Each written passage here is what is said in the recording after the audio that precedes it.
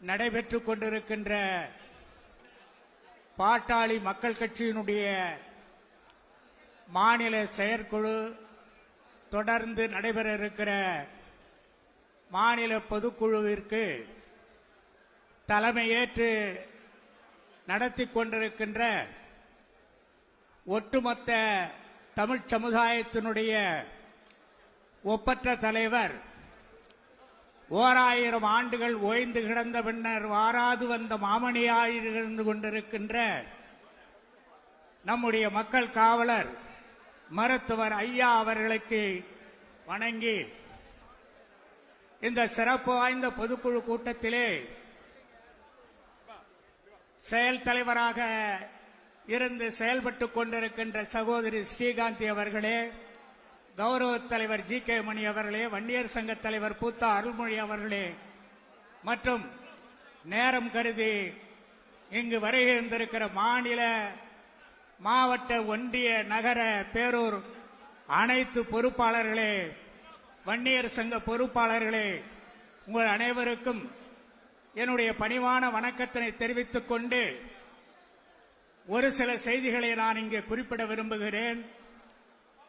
இந்த சேலம் மாவட்டம் மட்டுமல்ல, இந்த சேலம் மாவட்டம் முழுவதும் பல்லாயிரக்கணக்கான பொறுப்பாளர்கள் இருந்து பாடுபட்டு வளர்த்த வன்னியர் சங்கம் பாட்டாளி மக்கள் கட்சி என்பதை நான் இந்த நேரத்திலே கோடிட்டு காட்ட விரும்புகிறேன்.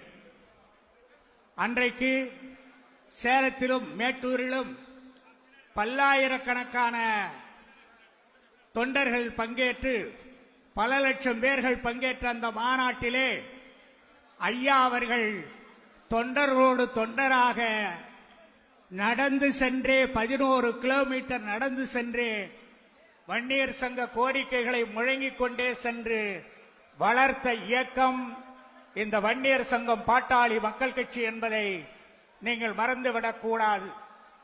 அன்றைக்கு உங்களோடு நின்று தோள் கொடுத்தவர்கள் பல்லாயிரம் பொறுப்பாளர்கள் இருந்தாலும் இந்த நேரத்தில் நான் ஒரு சிலரை நினைவுபடுத்த கடமைப்பட்டிருக்கிறேன். சேலம் சின்னப்பன், பாலகிருஷ்ணன், தாரமங்கலம் கோவிந்தன், எடப்பாடி ஐகணேசன், இங்கே சேலத்திலே ஒரு சதாசிவம், ஸ்டீல் சதாசிவம், இப்படி குழந்தா கவுண்டர் போன்ற பல பேர்களுடைய உழைப்பினாலே உருவான இயக்கம் இந்த வன்னியர் சங்கமும் பாட்டாளி மக்கள் கட்சியும். இதனை இடையிலே வந்தவர்கள் எடுத்துச் சென்று விடலாம் என்று நினைத்தால் அது பகற்கனவாக முடியும் என்பதை நான் இந்த நேரத்திலே தெரிவித்துக் கொண்டு, ஐயா அவர்களே நமக்கு இங்கே ஆலமரம், ஐயாவே ஆணிவேர் என்று சொன்னார்கள். ஆணிவேர் என்றால் ஆலமரத்திற்கும் அரச மரத்திற்கும் தான் பலமான ஆணிவேர் இருக்கும். ஆனால் காளான்களுக்கு ஆணிவேரே கிடையாது.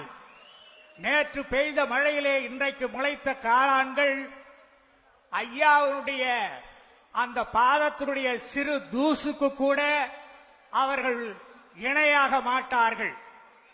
அப்படிப்பட்ட காளான்கள் ஐயாவுடைய காலடிபட்டால் நொறுங்கி போவார்கள் என்பதை மட்டும் நான் இந்த நேரத்திலே தெரிவித்துக் கொண்டு, ஐயா அவர்களே, நீங்கள் யாரை பிடித்து வைக்கிறீர்களோ அவர்தான் எங்களுக்கு பிள்ளையார். நீங்கள் வழித்து போட்டால் அது வெறும் காலிலே மிதிபடுகின்ற சாணி முத்தை என்பதை நான் இந்த நேரத்திலே மற்றவர்களுக்கு தெரிவித்துக் கொள்ள கடமைப்பட்டிருக்கிறேன். எப்பேற்பட்ட இயக்கம் இது! சமூக நீதியிலே ஐயா அவர்கள் 6 பெரும் சாதனைகளை செய்து காட்டிய ஒரு மாவீரர். இந்தியாவில் உள்ள அனைத்து கட்சி தலைவர்களும் எழுந்து நின்று மரியாதை செய்யக்கூடிய ஒரு தலைவர் இருக்கிறார் என்றால் அது நம்முடைய மருத்துவர் ஐயா அவர்களைத்தான். எழுந்து நின்று மரியாதை செய்யக்கூடிய அளவிற்கு ஒப்பற்ற தலைவரை நாம் பெற்றிருக்கிறோம்.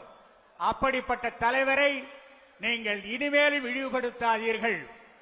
சுக்குக்கு மிஞ்சின வைத்தியமும் இல்லை, சுப்பிரமணியனுக்கு மிஞ்சின கடவுளும் இல்லை என்பார்கள்.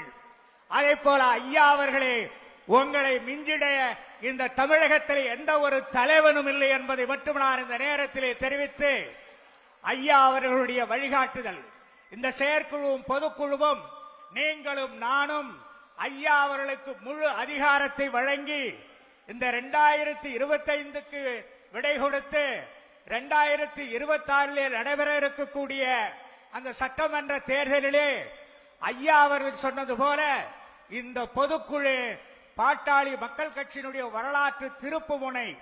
எனவே இந்த திருப்புமுனையின் மூலமாக இழந்து போன அங்கீகாரத்தை ஐயா அவர்கள் மீட்டு தருவார்கள். அந்த நம்பிக்கையோடு நாம் எல்லாம் அவருடைய கையிலே இந்த முழு அதிகாரத்தையும் இந்த செயற்குழுவும் பொதுக்குழுவும் வழங்க வேண்டும். எப்படி சாதிவாரி கணக்கெடுப்பிலே ஐயா வெற்றி பெற்றாரோ அதே போல 10.5 உள்ளிட ஒதுக்கீட்டிலேயும் ஐயா அவர்கள் வெற்றி பெறுவார்கள். அந்த நாள் வெகு தொலைவில் இல்லை என்பதை தெரிவித்துக் கொண்டு ஐயா அவருடைய உங்களுடைய ஆணைக்கு கட்டுப்பட்டு ஆணையிடுங்கள். வெற்றிவா என்றால் கட்டி வந்து காலடியிலே சேர்க்கின்ற லட்சோப லட்சம் தொண்டர்கள் இருக்கின்ற இயக்கம் இது.